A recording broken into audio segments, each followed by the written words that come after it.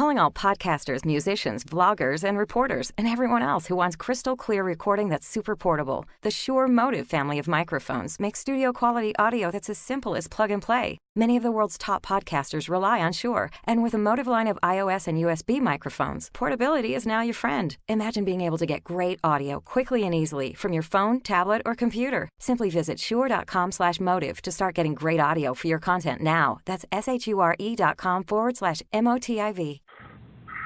Blog Talk Radio. Hey everybody, it's your girl, Ludwig. I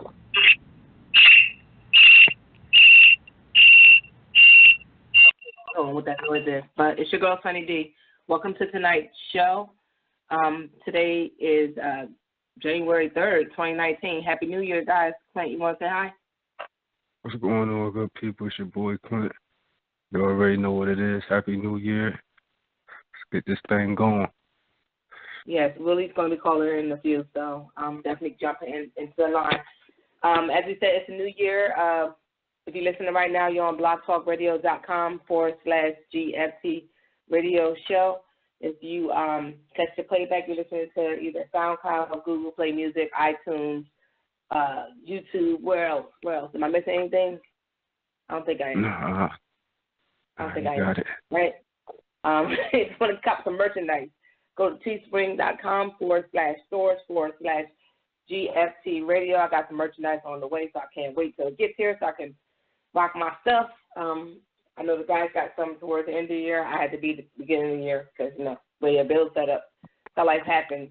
But, yeah, definitely welcoming everybody to a whole brand new year. Last year was great. This year we're trying to make it even better. So we're going to say bye-bye to 2018 and hello to 2019. So this is about to be the beginning of a new year, so we're going to start this thing off, right? I'm going to jump right into the conversation. If you guys want to call in, 657-383-1155. So the first question I want to ask is, how would you describe your last year, Clint? My last year was productive. You know what I mean? I can't complain about it at all. It's very productive, accomplished. You know what I mean? Quite a few personal goals. Of course, with life you have your setbacks, but grow from it, you learn from it, and move forward. But I definitely had quite a few ups, more ups than downs, to be honest with you. I didn't get to travel as much as I would like to have. You know what I mean? But this year I'm definitely gonna make that change, travel a little bit more. But all in all, 2018 was a dope year. Grew a lot. Challenged myself physically more than I ever have. And it was just. Yeah, I know. I remember you started to work out and everything.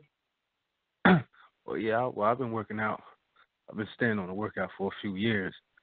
But challenging myself physically in other ways, such as it's my first time really doing a Ramadan fast and completing the whole thing. That was big for me, and doing it properly, and that was strenuous, to say the least. But I got through it, and I'm looking forward to doing it again this year. And that also helped me with my diet throughout the rest of the year, because the way I was eating, I still have a lot of room for improvement, but that helped me improve, my diet, portions, everything, things that I eat. I was more cautious, Last year was more of a personal, growth year for me. I grew in a lot of ways. Like I said, I set a lot of personal goals that was just for me that I accomplished, and I want to build on those accomplishments, and hopefully, it'll expand into other areas of life. Like I said, one of the most important things was, daughter, like doing a lot more things, as far as helping her learn another language. You know, me and her been practicing that teaching her how to do things. I mean, just between me and her, you know what I mean, we built, I feel like, you know, she's still young, but I feel like our bond is strong. You feel me? It's going to continue. Even mended fences with her mother. Oh, that's good. To where it's very, and that's been, to be honest with you, that's been about 2-year thing. So, you know, that was big for my daughter. You know what I mean? That was big for my daughter. To the point to where we was able, you know, she just got her ears pierced to where we was able to go just us three. You know, my mom, that's me, good. A lot of people can't do that. That's the first time my daughter has seen us, has been out with us together in the same setting. She's probably like 1.5 years. So my daughter never even remembered the time to where it was just us three. Not saying it'd be like that or it's gonna happen on a consistent basis, but we just wanted to give her that. Mm-hmm.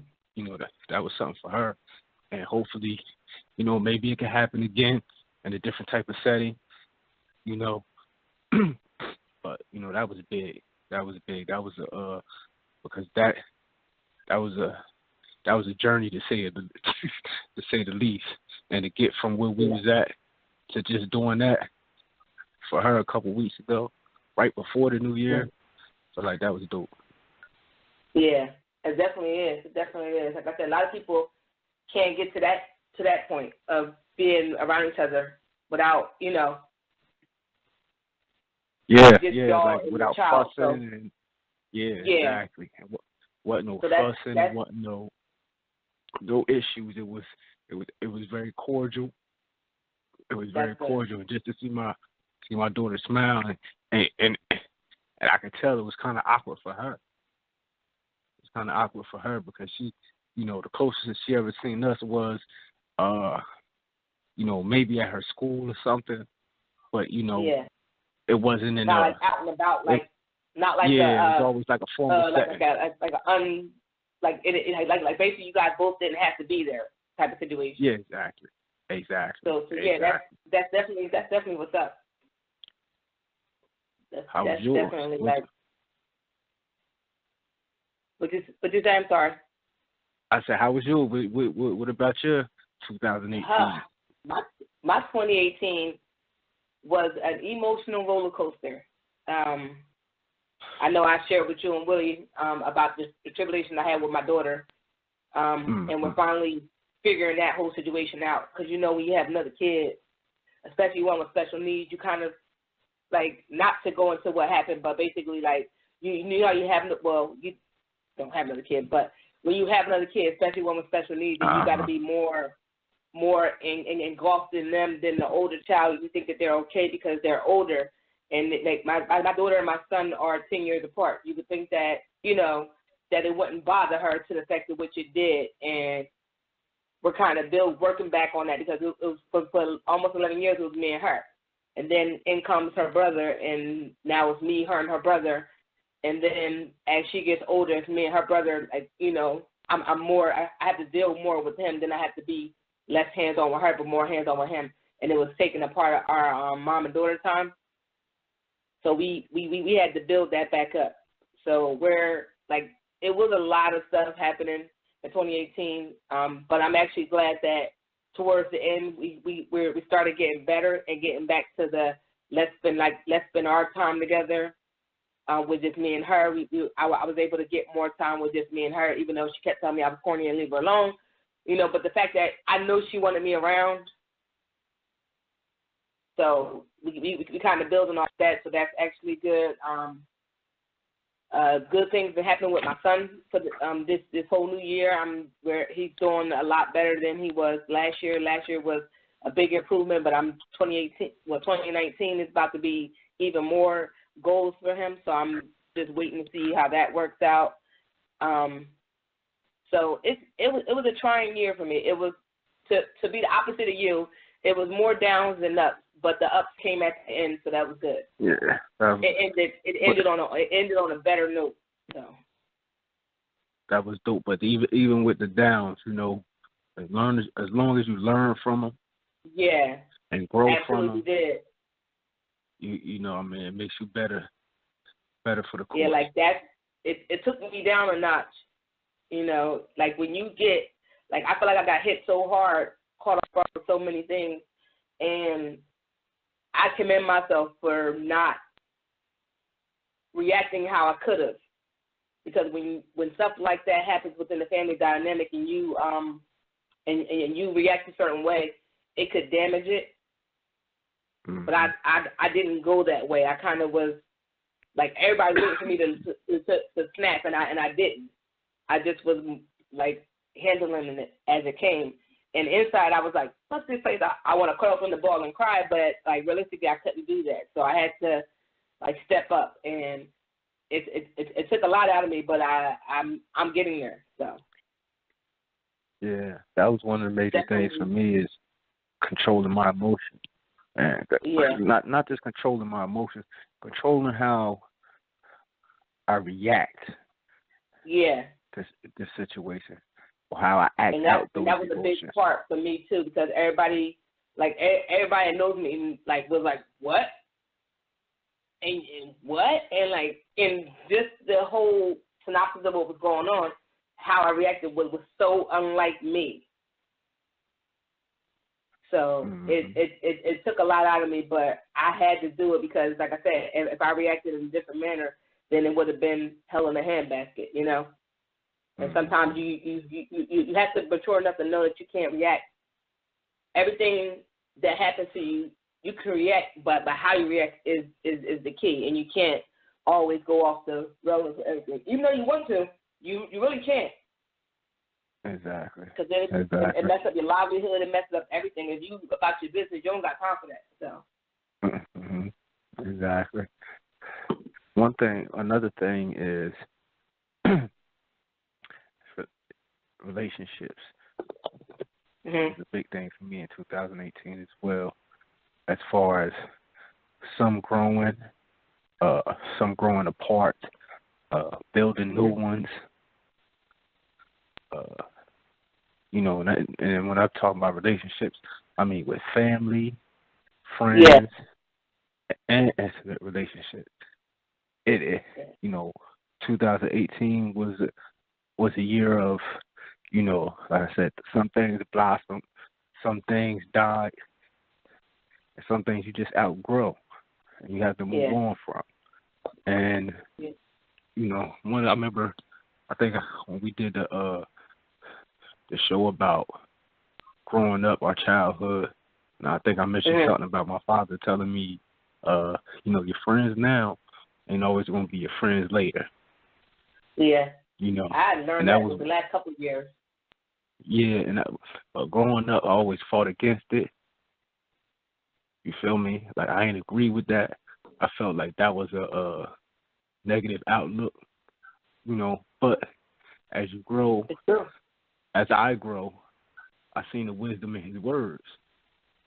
And I realized, like, some close friends that, you know, we were once close.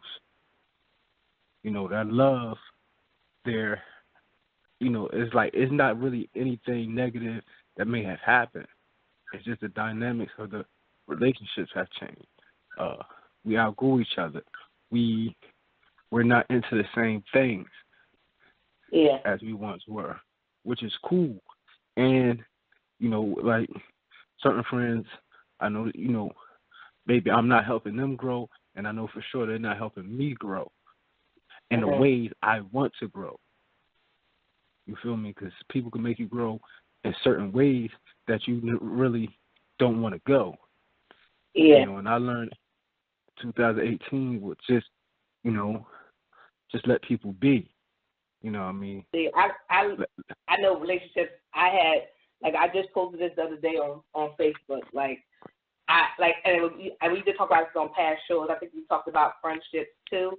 It might have been the same show, but I'm not 100% sure. Like, what I realized is, with the different friendships I had in 2018 that I may or may not have going currently or going forward. I feel like I don't want any yes friends. I know we talked about that before. I don't want somebody that's going to be upset that I don't agree with them and feel like I'm acting different because I don't necessarily, like I'm not here to agree with you all the time. If that's the case, I'm not your real friend and you're not mine. So I think that, like, I know we talked about defining friends, the word friend and friendships, and people use that term loosely, and I get that. But for me going forward, and I know, like as you said, I've lost friends along the way that I thought I would never ever not be their friend anymore. But that's life just happens, and people go their separate ways for whatever purposes, and you just move past it. It's not that you don't love them no more, but y'all just can't be friends for whatever reason. And I just feel like at this point in my life, I'm 35, going on 36 this year. I don't have time for people to be disingenuous friends. Like, I need you to tell me if I'm wrong. I need you to tell me, like, lift me up when I'm doing right. I need you to be happy for me while I'm happy and not be secretly hating against me when I'm leveling up and you're not. Like, I want, like, the same way as if you were leveling up, I would cheer you up, cheer you on. I need you to do that for me. Like, I'm not sitting here trying to think of negative things to say about you because now I think that you think you're doing better than somebody. Like, I don't want them type of friends. And I don't want them type of friends that's going to be telling me what type of friend I'm supposed to be to them. I'm going to be your going to be your friend. Now, if I'm not being a friend for you, then leave me the hell alone. But don't sit there and pretend to be my friend. If you have a problem with me, tell me. I don't want to guess that you're mad at me. Like, if we that much friends and you value my friendship, if I'm fucking up, like Clint do it all the time. That's why I respect Clint. Clint would say, Sonny, you fucking up. Like, get it together. Like, in Clint's fashion. And I know that he's not being criticizing me. He's constructively being a friend and saying, look, you fucking up. I need you to step up. Like, that's what type of friends I want. I don't want you to be like, oh, well, it's great. It's great. No, everything is great. No, don't worry about it. I always agree with you. I don't want that. So for 2019, if I see that in you, we can't be friends because I don't want that. Just so crazy is New Year's Eve, I was chilling with one of my closest friends, and we just so happened, to have that same conversation. And it wasn't even really like a conversation that's going forward in 2019. It was like we was talking about, for me and him, it was just another regular day, right? It just so happened to be New Year's Eve. And he was telling me an issue he was having with a common friend of ours, so to speak. And I start telling him, and we start talking, and I was like, bro, I'm having an issue like that with another common friend of ours. And it was directly to what you were just saying. It's because I remember going to this particular friend and asking him, yo, am I wilding right now, or like am I off point, or like, I needed constructive criticism. You understand? Yeah. Like, I don't like people being fake with me. Like you said, I don't want because then I feel as though if you can't be honest with me and keep it real with me, or if you don't want to let me know when I'm slipping, I feel like you enjoy watching me slip. Exactly. Amen to that one. You feel me? And if it's not that you enjoy watching me slip, if you can't be real with me, then that's let me know you're not real with yourself. Because what I always say, the scariest place is the mirror. Scariest place in the world is the mirror. And I stare in that mirror on a constant basis just to try to improve myself. So I have to have friends just like that. Because I know if my friend just like that, male or female, young or old, that can look at themselves and keep it a buck with themselves, I know they can keep it a buck with me. Yeah. You feel me? And I'm at the point now where, like you said, if you can't keep it a buck with me, forget about feelings. Forget about being uncomfortable. We're supposed to be uncomfortable. You feel me? You can't grow and be better. You get better. Yeah. I don't care what you do. If you at work, in order to get a promotion, you got to learn something new. You got to become something different. And in the beginning, when you learning something different, it's uncomfortable. When you're working out on your body, you feel me? Those workouts are uncomfortable, but they help you grow. And the same thing Yeah. with friendships. At some point, they had to get uncomfortable. I remember in college, back when I was in college, you know, I had I had 3 friends. One of them came to me and was like, "You see them two? They always call each other brothers, but you never seen them have an argument. They're always agreeing with each other. Mm-hmm. That's not real." He said, "Something wrong there." Yeah. He said, "Me and you argue." He was standing with his cousin. He said, "This is my cousin. Me and my cousin argue all the time." Mhm. He said, "How 2 dudes who call themselves brothers never argue or never have a disagreement? They always agree on the same thing. That's not real." And when as time went on, now those 2 dudes don't even speak. They just stopped speaking to each other. Mhm. You feel me? And I feel like, unbeknownst to me, I was in relationships, friendships like that. Oh, I definitely wasn't one, and that's why we're not friends no more. And Exactly. It wasn't even, and it's crazy because like even towards the end of that friendship, and it was like disagreements and stuff. It was like I was being a defiant child to that person. Mm-hmm. It's like because I wasn't yesing them, I was formulating my own opinion, and then out of nowhere now I'm wrong, and that's why I said I was acting funny, I was being different, I was being influenced by other people, and it's like no, I'm actually speaking my mind. Like I don't have to like, and it's crazy because even to this day, like I know when I get into disagreements with people or I speak freely about how I feel about something, I know I'm always mindful of how the other person is feeling. But at the same time, I feel like if I got to express myself, I want you to hear what I'm saying to you. And most of the time it's out of frustration because I at that point I'm fed up. So I'm at this point where I have to tell myself it's okay to tell somebody, listen, even to myself. I'm not just telling friends this, I'm telling myself this.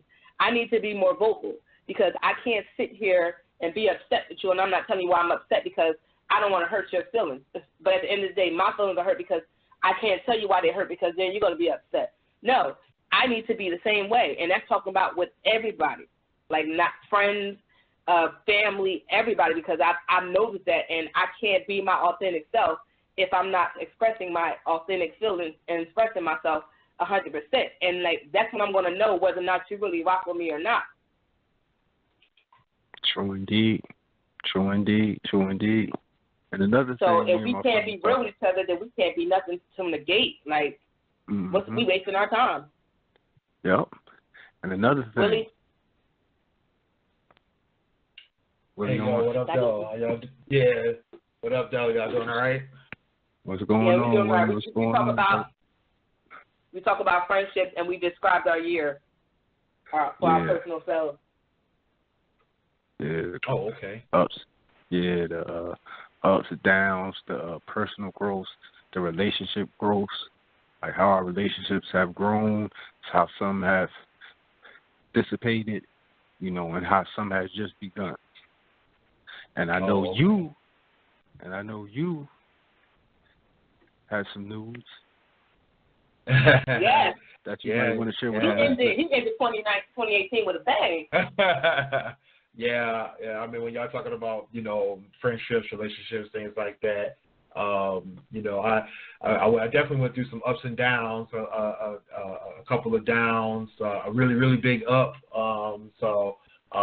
But like you said, in the growth department, it definitely makes you, it really makes you stronger when you take a look back, take a step back, and assess, where real friendships are and where things either look like they're either going down or you're facing challenges. But when you see that you and your friends can overcome those challenges, you guys can grow. You can grow personally, that kind of thing. I went through that with a couple of friends, and luckily we came out on the other side of it stronger as friends. Whereas I know a lot of people always fall out from things like that when they start going through some downward turns.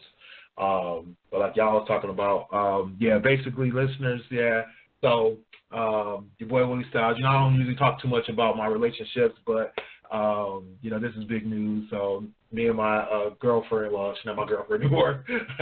She's now my fiance. So I proposed, and she said yes, and So we're happy. You know, it's definitely a joyous occasion, and did it over the I did it over the holiday break and everything, and you know, shout out to my baby, to my love, and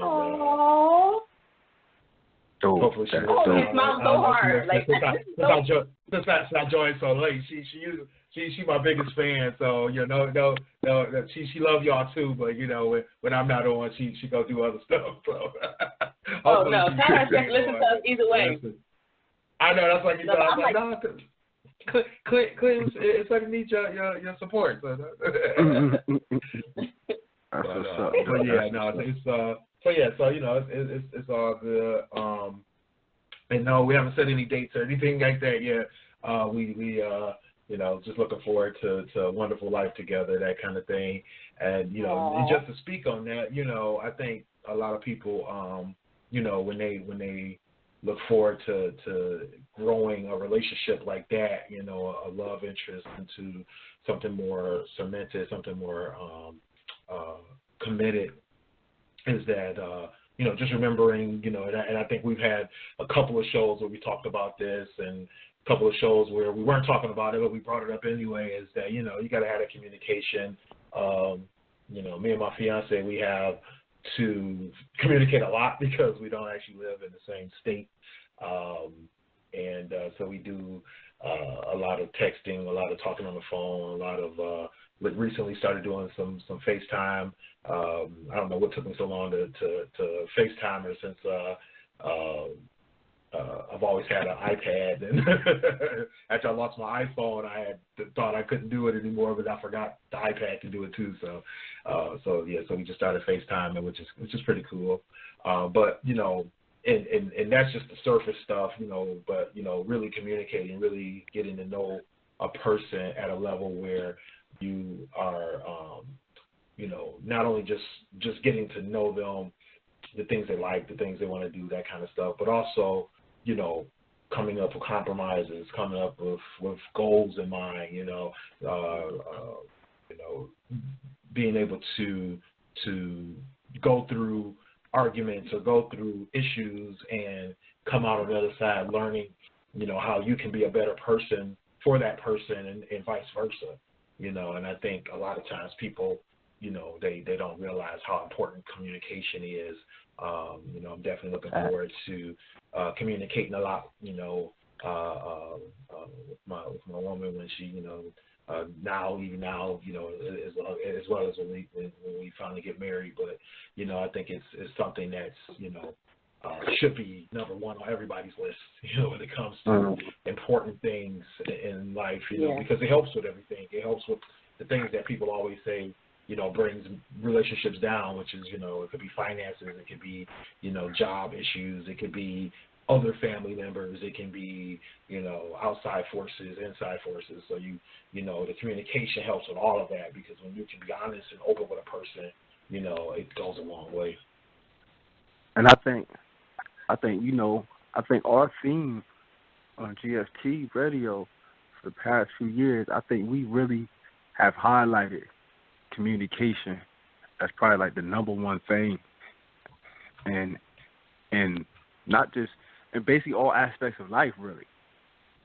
Like, if people communicated better, a lot of things would be better. Here's what I learned. And like Sonny said, me and Sonny basically the same age. We separated, you know, with different months, but we basically separated, by a few months. So I'm at 35 going on 36, and always preaching about communication. You see, what I'm also learning, you know, with wisdom, is that sometimes communication ain't just trying to get your point across and allowing somebody else to get their point across. Is coming to an understanding, even if you disagree.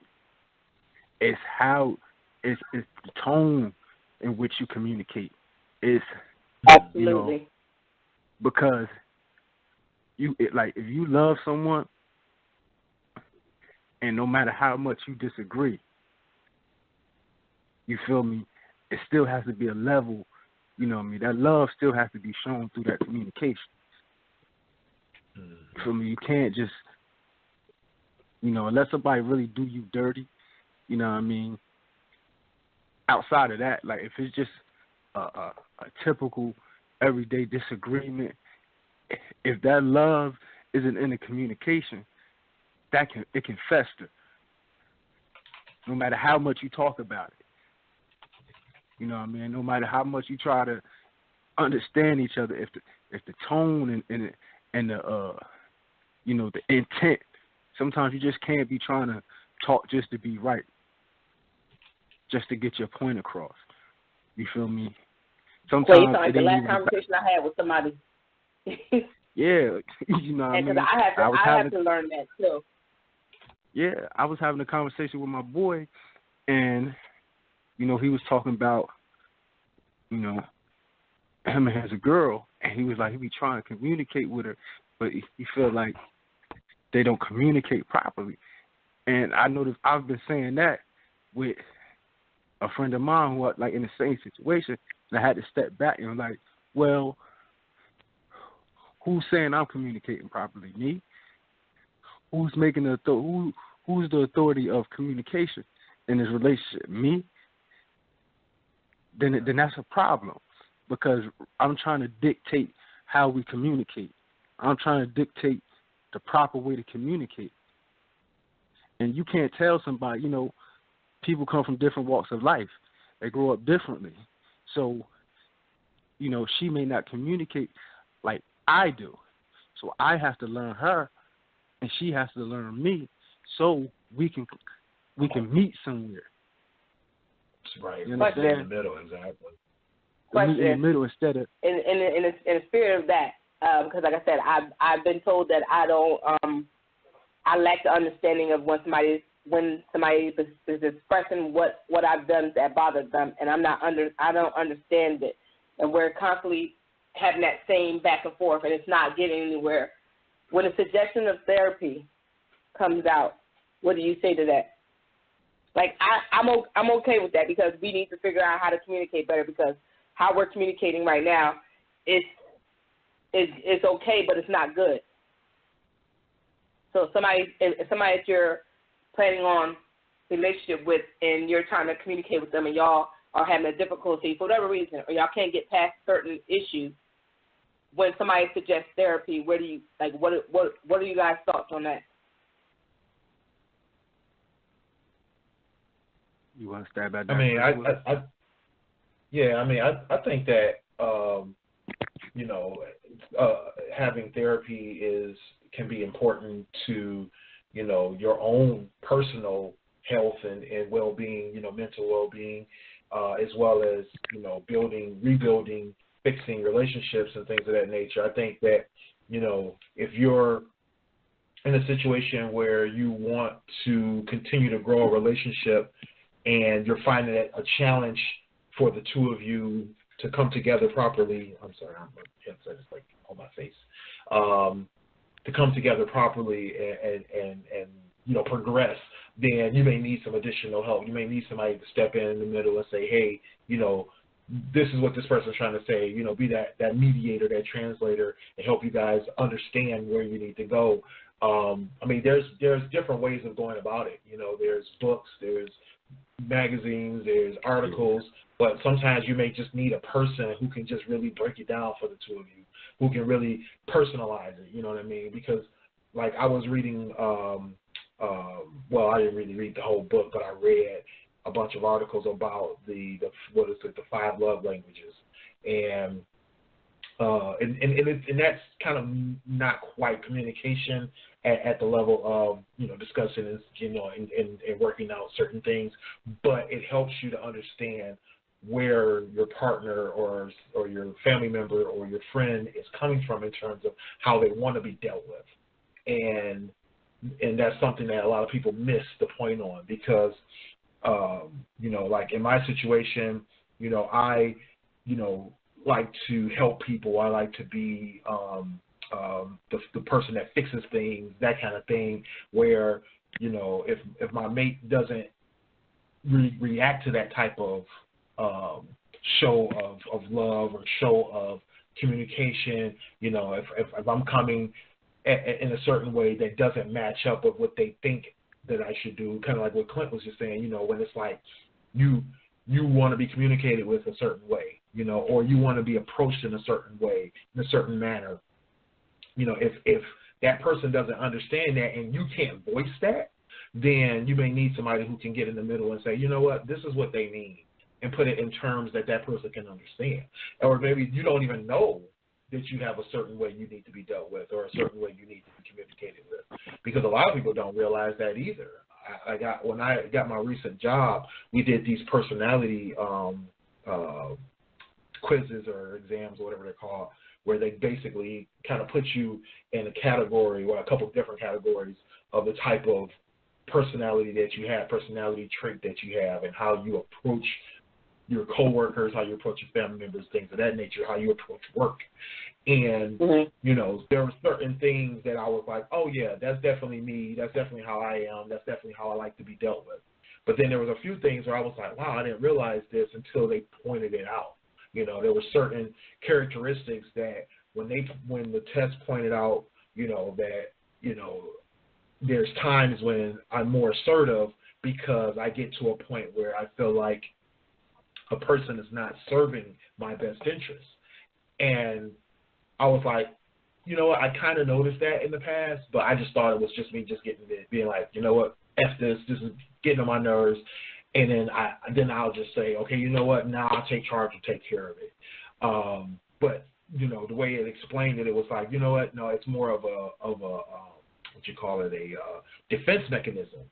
And it's more of an opportunity for me to say, you know what, either I feel like I've made a wrong choice in who I've delegated the work to, or I made a wrong choice in who I've chosen to trust in this situation, or, you know, whatever the case may be. And then now I'm taking the initiative to say, you know what, no, this has got to be done this way. Or even like in the situation with my fiance, where I feel like both of us are very accommodating. We're very accommodating people, and that could get us both in trouble, even with each other, because, you know, there's times, you know, where we're trying to accommodate the one, trying to accommodate the other, and we're not getting anywhere. We're trying to watch a TV show or trying to go out to eat or whatever the case may be. And so somebody's got to step up and say, you know what, here's the decision. This is what needs to be done. Yeah, exactly. And, you know, you know, and you know, of course, I don't mind doing that, but it's like you gotta recognize those things, right? You gotta recognize those traits in those situations. And I think that, you know, having somebody point that out sometimes is what's needed. And I think that's why, you know, if somebody says, hey, let's go to therapy, or let's get a second opinion, let's get a psychologist involved to say, hey, these are the type of people you both are, and this is how you can approach each other in a way that's going to be beneficial and progressive. Yeah. Yeah, I could definitely dig that. With me, I've tried it before, and what I've learned is it actually showed me how far apart me and that person was, and the session kind of ended the relationship for me. Oh, wow. You know what I mean? Not at that particular moment, but, you know, deep down I knew, like, we weren't going nowhere. Because of, like I said, we went to her pastor. You know what I mean? And so, you know, already there, I was a little, you know, hesitant. And then the advice and the way it was, you know, disseminated to us, I really didn't vibe with it. And I could tell she really didn't too, but she was so committed to that person that she couldn't admit it at that time. So right there and then I'm like, well, okay, if this is going to be therapy, this is not going to work for us. And if I'm telling you no, I mean, maybe we should go talk to somebody else. But you're So like, she nah. took it to somebody that she know. Exactly. Okay, so y'all didn't go to like a neutral party. Well, it was supposed to be neutral because he a pastor. You know what I mean? Pastor, Okay. he's not supposed to choose sides. You know what I mean? It ain't about choosing sides. But it was her pastor. So she was probably, like what I'm saying is she was more committed to his word than I was, even though she seen the flaws in what he was saying. You know what I mean? My thing is, if you're going to go to, I don't see nothing wrong with therapy, but you got to make sure you go to a proper, the right one. And I'm all for that person. I got to know if that person went through it, what we going through, something similar. You know what I mean? Mm-hmm. So I'm all for going to an elder for advice. Like every time somebody get married, no matter where I went to, there was always someone there saying, listen, you're married now. So don't go to nobody who's not married for relationship advice. That's major. Because, right, that's true. Like they can't help you because it's a different, like Willie said, that's a different type of commitment. Mindset. Yeah, that's a whole different thing. So I always look, like, with me, even in a relationship, I feel like we can go to somebody who's married if that's what we're aspiring to be. You understand? That's how I look at it. And I also feel sometimes you have to I'm all into self-reflection. And, in terms, that's like therapy. Sometimes you got to look within yourself. Sometimes you got to, get outside yourself. Yeah. Because Amen. you could be thinking you're right. You're so adamant about you being right that you're actually losing the battle because you're not seeing the bigger picture. Like therapy with me can go either way. Sometimes to help people, if you find the right person. I think it'll help either way because I think it'll help either way. Either you're going to find out that's the person for you or you're not. Either way, you're going to know if that's where you want to be or that's not what you're trying to do. Mm-hmm. Because when and you're then you in also got to ask yourself, what's to, the value? How much do you value that relationship? How far are you really willing to go? Yeah.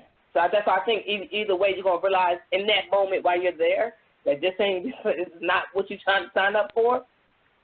Like, so it's good in a sense that you're going to know whether or not you're going to stay or you're going to go and let go. Like, you have to, either way it's good. It's beneficial because why waste somebody's time if you see where this is going and wherever this is headed and you're not with it, you can exit stage left and be done with it. But at least you know that you gave it your shot and looked at it like maybe I thought it was going to be something, and now reality has sunk in, and this is not what you signed up for, so you decide to walk away, which is your right. So I think it's good either way because you know whether or not you're going to be here for it or not. Yeah. And it's better off wasting it's better to not waste somebody's time and to just to hold on to them and say you got somebody. And I think a lot of people do that. What I would advise everybody, try it. What I mean? If just at least try it one time. If you're not digging it, if you're not digging it, that doesn't mean just because that therapy session didn't work out. Like that therapy session, it was deeper than just not digging what he was saying. Yeah. It was, I could see that she was, and like, how can I put it? Like, how somebody can see the truth but still deny it for the fact that they're committed to a person or idea. And if somebody committed to an idea instead of the truth, then that's when you'll see, like, something, all right, we're not going to go nowhere because you're disregarding the truth, live up some ideal that's, that's not us. That can't be us. You feel me? But if we would have went there and we both would have been like, this ain't for us. Let's go find somebody else. Let's go talk to somebody else. Then maybe it would have worked. Maybe we could have found somebody who could have helped us. You know what I mean? That's why I'm for, like, I learned from that situation. That's why I'm for, you know, I know a lot of people. I know I have a lot of elders. I have friends that's married. I have friends who've been through all types of stuff. So if I'm going through something similar, if I see I'm going through something that a friend of mine that has went through similar, I'm going to go to them. I'm going to go to them for advice. To me, that's like therapy. Because they can give me some wisdom. You know what I mean? They can give me some wisdom. They can show me the error in my ways. And it's like we was talking about. If you got friends who keep it a buck with you, you feel me? That's the best feeling in the world. Because you know you're going to get an honest answer from them. You know what I mean? Yeah, true that. Yeah. True that. I want to switch it up a little bit because I want to get back to us saying we get so engulfed in this conversation and then it's like a real conversation, so that I definitely fucked with that. But I just want to get to the to like another question that that I want to ask you guys that I posted up on the podcast. Did you guys think that we reached our goals for 2018? I know we didn't reach all of them, but do you think that we reached most of them? What you mean as far as the show? Yeah. I feel like we can do better. I felt like I do feel like the conversations got better. The topics got deeper. You feel me? But I still see room for growth. And our promotion, our networking. You know, I still feel like we need to do more visual stuff to where the people could see us more. You know, but we definitely leveled up from where we were previously. You know, the numbers show that, so. Definitely. Willie, what's your thoughts? Yeah. Yeah, you know, I definitely agree that, you know, we I think we hit a few marks, which I was, you know, very happy that we were able to accomplish some things. You know, our like Clint said, our numbers, you know, going up. Our call-ins have been, you know, inching up here and there. The quality of the call-ins has been phenomenal. That's been great, you know. And I think that's because we've been having some more engaging topics, like you said. The topics have been continued to be. I mean, I think we've always had great topics. I think we just continue to have great topics and things that we've, you know, been able to discuss have been timely and appropriate. So that's been, you know, huge. But then also, like you said, with the visuals, you know, I think one of our main goals out the gate for 2018 was to get our, you know, face or our live show going, video show, and it took us a little while to get there, and we came up with a solution. Not the most optimal solution, but it was a solution nonetheless with the IG lives on Sundays. Got to get the schedule together, but I was glad to see us get that off the ground and kind of get a feel for that, and I think, you know, as we you know, smoothen that process out and get that schedule more consistent, I think that'll grow as well, and it'll be a successful thing for us. And then just overall, you know, as a show, growing the show's quality, growing the show's listener or fan base, you know, I think it's, especially like you said, in terms of promotion, I think it's one of those things that, you know, I look forward to us continuing to improve upon, you know, improve upon just the overall quality of the show. You know, I think we've talked about having intro music of our own, having our own commercials and things like that, which we did do a commercial. Shout out to Sonny for getting our commercial together. Promoting a lot more of our merchandise, that kind of thing. Again, shout out to Sonny getting our merchandise together. Shout out to Sonny in general, just because, I mean, I don't know how much y'all know. I mean, I think we all play our parts, and we all do, certain things to get the show going, between motivating each other and having certain roles that we do in terms of getting each week's show together. But Sonny definitely, I mean, this is like her baby. This is like her I forgot the words you use, not you use, but like the words you're supposed to use when you burst something to the point of like, this creation is just so huge for her. But it's definitely an honor for her to allow me to be a part of it, and I'm sure Clint feels the same way. It's something that we've taken pride in ourselves as well. Day one, I was always supportive of Sonny before I even got on the show. I think it was about a year that it took me to get on the show as a kind of a regular guest, and then but during those initial few weeks or months of her and the other the past hosts when they were doing the show together, shout out to J Rose, shout out to Red. But yeah, so during that process, I was taking pride in it because I knew how much love and care they were doing to try to build this thing up. We had all been a part of other people's shows, and we had been a part of other people's blogs and things of that nature. And, going from writing blogs to doing these radio shows and just kind of interacting with the people, I think it's something that, that love and that growth just continues to get sparked. I haven't really had a lot of time to grow my own written blog, so definitely shout out to both of you for continuing to do your blogging, especially Clint. Clint, been killing it on the blog. Yeah, Clint is on it.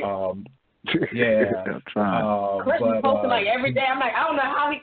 Exactly. I don't know how he do it. I don't know how you do it, bro, but he do. Yeah. But, and I know we've talked about doing that more for our show as well. So, between our live show, our promotions, our blogging for the show itself, and then just growing the quality of the production, I think we have some room to grow. We've taken some good steps this year. I would venture to say, the greatest steps were done this year versus the last couple of years of the show, in terms of how far we've come in such a short amount of time. But it's been a growth process from day one. When you guys were doing the show and I was just a listener, it was just like, wow, they pulled it off, and they're doing it, and they're consistent. And I think that was the biggest thing. It's like, to show people, hey, this is serious. This is not just a one-time thing. This is not, so being able to see that. I want to say Clint for yelling at me half the time. I love it. Don't ever stop. I'm so like Clint, and it's crazy because this is why I always like Clint, and I'm glad that he decided to be a part of the show. You too, Willie too, but Clint, me and Clint got history. We knew each other since I don't even know when, but he's always been a person of words. And it's funny because Clint will tell me, and that's the type of friends, like I said in the beginning of the show, that's the type of friends you want, the ones that hold you accountable. And I'm big on holding, at my job, I hold people accountable for stuff that they're supposed to do so I can do my job. And Clint keeps me accountable. He tell me when I'm fucking up. He tell me when I'm not. And it's good. No, and I don't.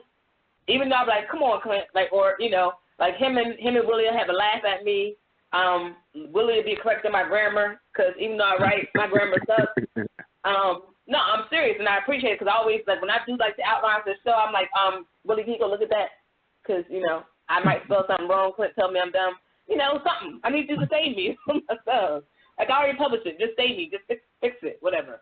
But even that, Like the little stuff that we do to help each other. That's a part. That's a teamwork that I admire, and I appreciate y'all for being exactly how y'all are. Because we all want this to work, and I think that sometimes when I get caught up in my life, and Clint's like, listen, we not about to half-ass do this, and I get it because you don't want your listeners to be like, what the hell are y'all doing?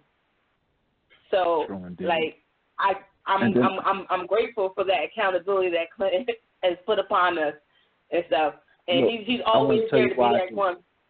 Huh? I want to tell you why I do that. It's specifically because of what Willie said. I know this your baby. Yes. So when I look at it, when I'm doing this show, like, yeah, but I've been here since what, the second, third episode. Yes. Or what? You know, cool. You know, I'm invested too. I know this is your baby. This is your creation. So I want the best, and then I want the best for it. I've seen how it has grown. I've seen where it can. You know what I mean? I believe if we can take it further, we can grow into a popular, you know, podcast, a very popular podcast.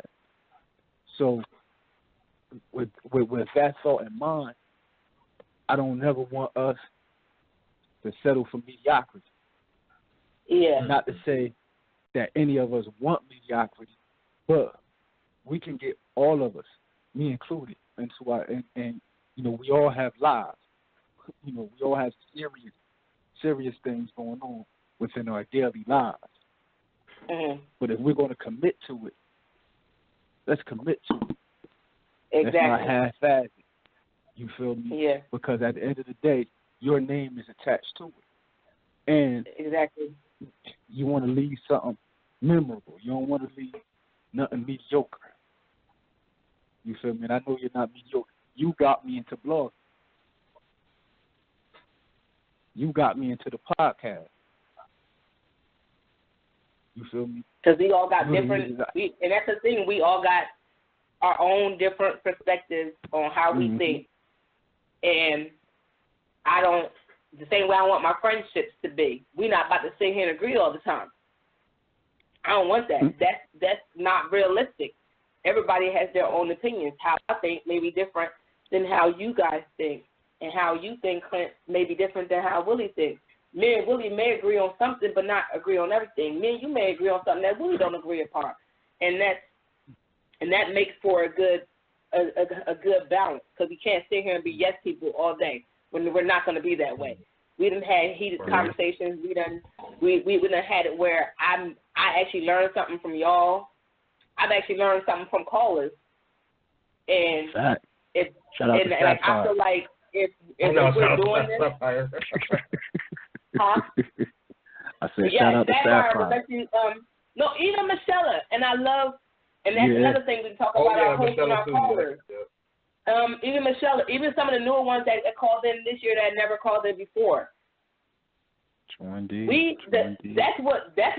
what makes me happy.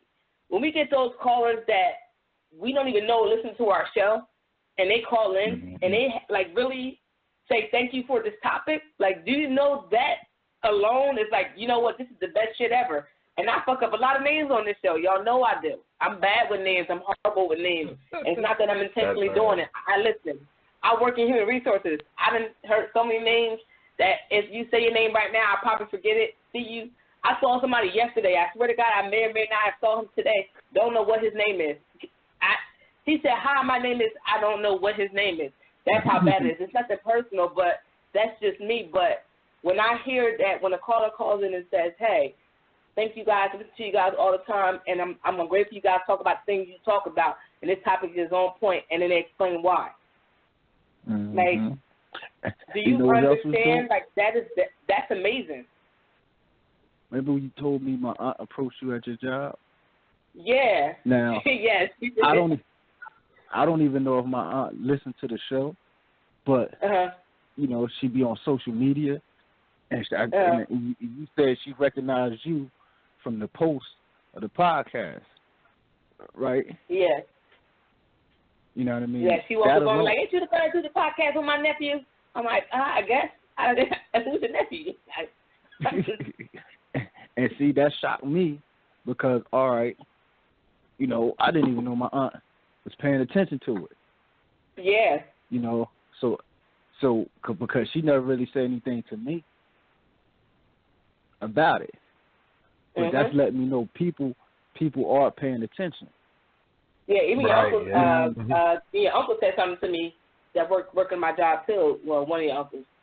He was like, yeah, you do this, and I'm like, yeah. You know, we chop it up. What y'all talk about? And we talk. I got to listen in. Yeah, we every Thursday, blah. And it's that I like too, because like I said, when we get those callers that like, I hope for 2019 for my sake, because I feel like we get a lot of callers from you guys. I have a few friends that I know listen, but I know you guys' friends calling a lot. I would love for some of my friends to call in, because it's crazy to me, because when I see my friends, we talk about the show. And we talk about the topics that we talk about. Like, oh, yeah, remember that show you talked about, blah, blah, blah. Well, I guess why you ain't calling? I make sure I bring that up every time. Every time I'm around a group of people, I always make sure I bring up a topic and I reference our show, our podcast. Yeah. Just to be like, oh, you do a podcast? Yeah, I do that too. Yeah. And then without knowing, I just talked to somebody the other day about it, and they were like, we talked. I was talking about the election. We had a conversation about that. I said, yeah, the whole election process, we talked about it during our podcast. Oh, really? Yeah, we all do it Thursdays. This. Here's the information. Like, you know what I'm about to start doing too? What I am going to do, and I don't know if y'all want to do it too, but I'm about to go to the site that I made our logo and make cards, like business cards, and hand them out. Like here. And the merchandise. What I was about to say, the merchandise is important too. Yeah. Like when I went and got a new phone, the dude who was selling me the phone, he was reading my hoodie. You do a podcast? You do it. He asked me what's that about. I know it was when I went to I was shopping at a store, another store. The girl who was helping me, I noticed her staring at my hoodie and then looking at me. When I go to my daughter's school, I wear the hoodie a lot. Yeah. You know, when I go to her school, I notice, you know, the teachers looking at it, you know, other, you know what I mean, just other parents looking at it. I'm like, oh, they paying attention. They paying attention. Yeah, even like with the shirt too. That we get that, what that shirt for? One of our logos on our podcast. Right. So we do a podcast. What the podcast is about? Oh, you know the conversation piece for me is always my skin folk and kinfolk shirt. I know. I'm getting that one. No, the one I got the most comments on was this, that, and the third, and see you in 7 days. Oh, and of course my petty shirt, of course. But those are ones. Check out a all skin folk, right? So I go to my daughter's school a couple of days before Christmas. You know, they do the gingerbread thing. I think I posted on IG. Oh yeah, I did see that. That was so cute. So when I take my, I ain't had a hoodie on. I had my coat on. So when I take the coat off, what shirt I got on? All skin folk and kinfolk. All up in elementary school. So now they you know, they trying to take pictures for the website of their school website and put on the so I'm loud, I'm front and center. You feel me? Lord. All skin folk and kinfolk. And I know they sitting there, the principal taking pictures. Everybody, I know they sitting there like, yo, what that shirt mean? But I know when people go to they go, that Negro crazy. Lord. Right up in the middle of the school. Yeah. Right up in the middle of the Word is born. I always get asked, like, man, like, wait, does that mean what I think it means? Or what is it? I'm like, yeah, you know, so I got to break it down for them. Or some people, I had a couple people that asked me about it, but they already kind of understood. You know, they was like, does that mean what I think it means? And they'll break it down like, yep, exactly. You know. Or they'll be like, no, but see, now I'm happy because my job. Hold on. You be like, yeah. So now I'm happy, though, because my job, my new AC, she's black. So when I wear my stuff, she's like, oh, she starts the podcast stuff. I'm like, yeah. I'm like, don't. Like Like, because I have, like, one of my shirts on. She's like, oh, that's your podcast shirt? And I'm like, yeah. She said, what is your podcast about? And I talked to her about it, and she'd be like, oh, okay, I gotta listen to one day. I said, yeah, go right on there, hit the website. Like, I'm gonna get her a mug. I'm gonna buy her one of the mugs. Here you go. Oh, before we go further, we're in the after show. Yes. 4 minutes in. If anybody want to call, join in the conversation. The phone number is 657-383-1155. Now, Willie, I know we ain't got that much time left, but what is the topic that you wanted to touch on? He probably don't remember. Oh, you said what? Oh, what was it? Oh, yeah, man, I can't. I've been I remember you messaged like 6 days. Yeah. I scrolled through the conversation. Something about baby names and why people name their kids that name. Is that it? Oh, right. I know we did talk about that one. That was the one where Abcidia or Absidia or whatever the girl's name was, and then just before that there was another case of people making, like, somebody made fun of a girl's name or made fun of her name on an airplane or something like that, and oh yeah. So like my thing was like, you know you've named your kid something that's outrageous, right? And, I love the creativity. I love the fact you want to be different, but you're gonna get looks, you're gonna get comments. Yeah, you don't want nobody to make those kind of comments. You don't want anybody to make any mean comments to your kid, especially if they are adults and they should be bigger than that. But and I think that was the one the ABCDE girl, her mom got mad about, because her situation was like they were in a closed space, and the little girl could hear grown ass people making fun of her name. And oh wow, the little girl gonna probably already be self-conscious enough about having a different or unique name, as she goes through school. But I don't think she was 5 years old yet, and she's already dealing with people name shaming her, So, but I'm like, the fact of the matter is you've made a choice that is going to directly affect another person in a negative way, and because you know how kids are. That's my thing. Like, I know how kids are. I mean, not to say that I chose a name. It's not that I chose a name that was going to be safe, for my kid to go to school with or nothing like that. But it's just, you know how harsh it's going to get. You got to prepare that kid for that, And that's kind of approach I was thinking. It's like they need to just be like, level with the kid. Look, you got a different name. People are going to make fun of it. People are not going to be able to say it. They're not going to understand it.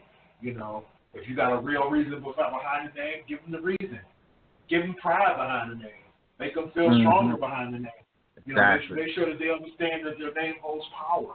That kind of thing. And I think a lot of times people, they get so caught up in the, I was trying to be creative thing, not realizing sometimes you just got to build up the self-esteem of your kid so that they can deal with the bullying and the issues that they're going to face dealing with that. I was actually shocked that the girl was that young and people were was going in on it. That was just, I thought that was just childish. Do that on your own time, not in front of society. Yeah. Like, I feel like I work in HR. There's a lot of people that got some crazy ass names. We laugh about it when they're not around. But I feel like if you don't know how to say somebody's name, because my name gets mispronounced all the time, I can give you a list about how many times people have said my name incorrectly, and I just crack up because I think it's hilarious how I can tell you my name and you think that I said something completely opposite of what it is. Like, I've been called Teresa, everything except for my actual name. But I feel like if you don't know how to say, like, and I work in HR, so my thing is, how do you say your name? Because I don't want to mess it up. Tell me, like, I've seen some crazy names, and it's like, what? Yeah, hello, can I speak to, and if I can say their last name, I'll say it. How do you say your first name? And they give me their name, and I'm like, okay. So here, blah blah blah blah blah blah blah. But to do that to a child, like, I mean, I've had some friends who named their kids some questionable names. I've laughed on the inside. I've never laughed at their kid in their child's face about their name. Do I think their name is ridiculous? Absolutely. But if you want to name your kid that, that's you. Like, you mess up your own child for the rest of their life. But, like, to laugh in a kid's face, that's just too much. It's not their fault. They didn't pick the name. My thing is, like what Willie said, if you want to name your child a certain name, make sure you can be able to instill strength in that child with that name. So when the child will be proud of her name or his name. You know, don't just names. You know, some people just want to be different to be different. And all right, cool. You know what I mean? But you know what I mean, have some type of meaning behind it or why you do it. You feel me? Because, like I said, like Willie said, a child can become self-conscious, and you know, bullying and stuff, that's a real thing. You know, kids are vicious. Yeah. You feel me? I got the most basic name ever. You feel me? And you know, people make fun of my name. My name, you know, I live right next to Clinton Avenue. Oh, you know, yeah. So, you know, whole life Clinton Ave, you know, after they thought that was funny. You know, to me it was just real basic. You know, I didn't, you know, my dad named Clinton, my grandfather named Clinton. So, you know, I didn't get offended, you know, and for all they know, my family, most people don't even call me Clinton. That's close to me. They call me Junior, or, you know what I mean, Lil Clinton, something like that. You know, or they try to make fun of my middle name. But I was so proud of my name that, you know, I never became self-conscious of my name.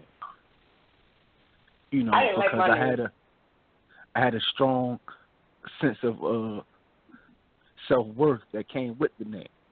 You understand? Like what Willie said, when you instill that in a child, you know, can't nobody take that away from a child. Like your ignorance, you just showing me how ignorant you are, trying to make me feel bad about my name. You don't even know where my name comes from. Yeah. I didn't like my name for a very, very long time. But then I realized after working at Macy's, I found out my name means princess, and it's an Indian name. So I like my name now. I'm okay with it. I'm like, what? It means what? Okay. I'm a princess. I knew I was important. No, don't mind me. No, I didn't know. Like, for the longest, I hated my name. People used to say my name so horribly wrong. I was like, really? Like, I used to be the kid in the class that when they said attendance and the person said the name jacked up, I wouldn't respond. And I raised my hand, like, you didn't call my name. I did call your name. No, you didn't. I don't know what name you called, but it wasn't mine. Like, I don't know what you were doing, but it wasn't my name. I used to get in trouble because of that, because, like, you didn't say my name. I don't know who name you said, but it wasn't mine. And I hate that. They call me everything except for it. Can I ask y'all something? I mean, yes. And I think I really want to revisit this topic and get deeper into this. But is it time for us to get Tiffany Haddish out of here? Oh, do that. Respect her hustle. I mean, maybe she bombed. Maybe she bombed. I get it. She's playing herself, just like Kevin Hart. In that case, you're gonna get rid of Tiffany Haddish. You gotta get rid of Kevin Hart too. I been got rid of Kevin Hart.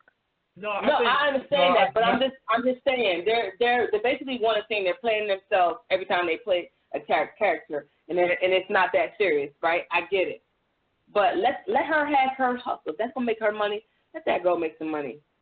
Eventually she will fall back to the wayside, and another new comedian will come out and live their best life. Yeah, my thing with that situation, I think that was a case of stay in the lane you good at. Stay in the lane you can control. You know, I know she's supposed to be a comedian. Right, I'll get very material. You know, I know she's supposed to have been a comedian before she hit, you know, the movie scene. But I know that's that's the big thing though, is if she isn't ready for that stand up life, which, you know, I've known comedians, and shout out, rest in peace to Kool-Aid from Detroit. But you know, I've known comedians that live that life. They go on these tours, they do these comedy clubs, they stand up on that stage, and you know, it's a hard life. You know, being able to get in front of people and try to make people laugh when you're dealing with humans, right? We're dealing with people, the general public, and how do you make the general public laugh? You know, you may become so big that people know to go to your show because they like you. Like, I know not to go to Mike Epps' show. I'm not going to be entertained. It's not going to be funny to me. There's going to be nothing good about it to me. But I know if I go to Dave Chappelle, it's going to be off the hook. It's going to be, you know, best show ever. So, but there's, you know, when you're starting off, nobody knows you. So you're trying to, you know, relegate and trying to get people to like you. And, you know, I think at this point, you know, people were expecting one thing I heard and was getting something else. I mean, I didn't get to see the video or whatever was going on. I just saw the article. It was, you know, it was all bad. But I think it's more than likely just a case of, you know, she trying too hard to take up too many lanes. And it's like, hey, you doing good with this movie situation. People letting you be you in the movies. Just don't do that. You know, just stick to that. You know, be great there. You know, do some book signings, make some appearances, do some spokesperson type work. Leave it at that. You know, this comedy thing is a whole thing. It's not, you know, it's not the same as being up on that screen, having somebody handwrite some material for you when you get to practice it 50 million times to get it right in front of the camera. You know, presenting it to people live and in color is a whole different ball game. So I think that's, you know, where she kind of fell victim to, because she could do it all. And so I think she still has a place in popular culture. I think she still has a place in entertainment, but just not on that stage, you know, doing comedy until she can get her game up. True indeed. Every comedian has a bad day, though. But if you go, like, she got videos, you can go back, you can YouTube her stand up, and like, it really don't be hit. Like you said, she's been the same character from day one. Like, there's no growth within. You know, it's probably funny, and when you first see it, ha. But when you, like with Kevin Hart, when you still seeing it 10 years later with Kevin Hart, they're like, all right, bro,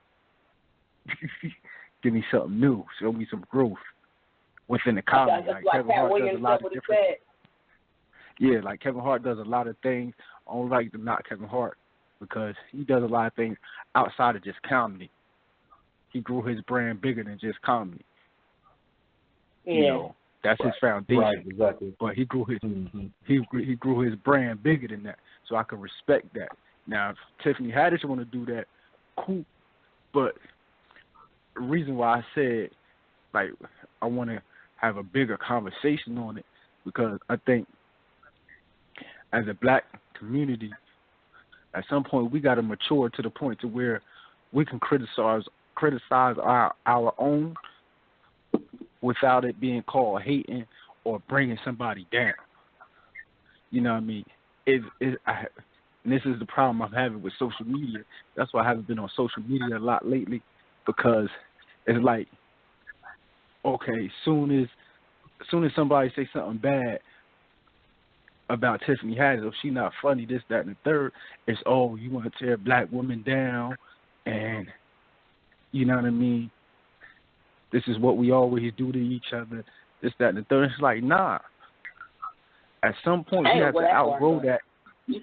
Yeah, but when you go on Twitter, it's like they have whole storylines about it, whole narrative. It's like whole threads about that, thousands upon thousands of it. It's like, when are we gonna, as a people, outgrow that? You know, like, we can't grow if we can't criticize each other. If somebody don't think, when I talk about Beyonce, you get mad. Yeah, Because you're wrong. You know what I mean? Okay. You're a hater. Willie, Because you're a hater. Willie, a part of the Beehive. Fuck Beyonce. I'm Beehive. Straight Beehive. Right. Straight Beehive. But no, what you talking about? But I think, but I think to your point, Clint. I think it's, I think it's, what's the word I want to use? I think it's kind of subjective to a point where I think that people, they get so caught up, right? Let's speak on the Beehive, right? So, when everybody feels like that person can do no wrong, to the point where other people say, well, there's opportunity for growth, or there's other things you can do, or there's things you can change, or you're doing the same thing. Like I love Kevin Hart and every comedy special he's ever done.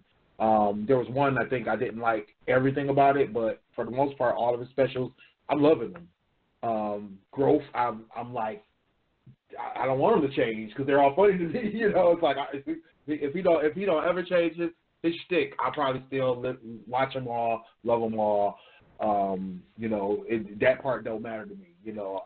I had this conversation with a buddy of mine at our NYE little get together, and we were he put together this fire playlist, right? And the music was basically, well, not basic, but it was mostly 90s hip hop and a little early 2000s hip hop. And with a sprinkling of some new stuff that just kind of went with that feel and that vibe. And so his girlfriend was like, oh, we want to listen to some Cardi B. Of course, he was like shooting down Cardi B, like, oh no, that's garbage. But I'm like, I like Cardi B. Like I love 90s hip hop. I love 2000s rap. I love Cardi B. Like But the thing is like, I think it becomes subjective to the point of where it's like, how far do you go with your criticism, or how productive is your criticism in terms of how you're doing it? You know what I mean? So like, if I'm saying, hey, you know what, Tiffany Haddish, you really need to step your game up before you get back on that stage, because this is a different genre, this is a different thing than what you're doing over here on the screen, right? That's more productive for her than my boy is saying Cardi B trash just because she doesn't fit the genre that he likes. He hating. I'm motivating. You know what I mean? So I think that's the thing, and I think that people don't realize there's that fine line. Sometimes the line is actually kind of thick, but they don't realize that there's a line, right? And there's a point where your criticism is no longer criticism; it's just hate. Or I would be hating if I said that I'm tired of Beyonce and her what bodysuit. Every time she go out, she always wearing a bodysuit. So that would be hating. Like, so you don't got no other wardrobe you can wear besides bodysuits? That's all you gonna wear? So yeah, that would if you do it, I just want to know. I'm asking for clarification. Yeah, I mean, if you do it in a certain way, it can be productive. No, because it's the same way you say. No, because here's my point. Here's my point. That's a fine line. The same way you say Tiffany Haddish is playing her own self, and she keeps doing the same thing that's redundant. Every time you see Beyonce, what is she wearing? A bodysuit. You can't wear nothing else. That's not why I don't like her, but that's just I'm trying to make a point. Maybe my point is not together. Maybe you try something different. Is that hating, or me just telling her to try a new outfit? If you want to see her do something different, cool, I can respect that. I know a lot of the issue comes from fans. Like, a lot of people really don't have an issue with Beyonce per se. I have an issue with her. I don't like her at all because she tried to insult my intelligence by pretending to be fake pregnant. That's why I don't like her. See, now, here you go now. I'm serious. That's my issue. With the nonsense. No. You just go left field. That's all I'm saying about her. That's my issue with her. It's not even her. I'm not going to say that she can't sing. I'm not going to say that she's not talented. I'm going to say that she insulted my intelligence by telling everybody and trying to make everybody believe that she was pregnant that first go around. Nobody buys that, but okay. Oh my goodness! But it's 5 minutes of the show, so we might as well close out. Give us some information. We can talk about this on the next show. I just want to go one last point in before we close out. Nah, it ain't even about Beyonce or nothing like that. My thing, like I said, the reason why I said this, like the Bird Box movie, I'll make this quick. Oh, I ain't watch it either. I'm not going to watch it because I can't name one movie Sandra Bullock has been in that I like. Oh my God, you didn't like Legally? No, what was it? I love Sandra Bullock and the other one that looked just like her. I like her. I like Sandra Bullock though.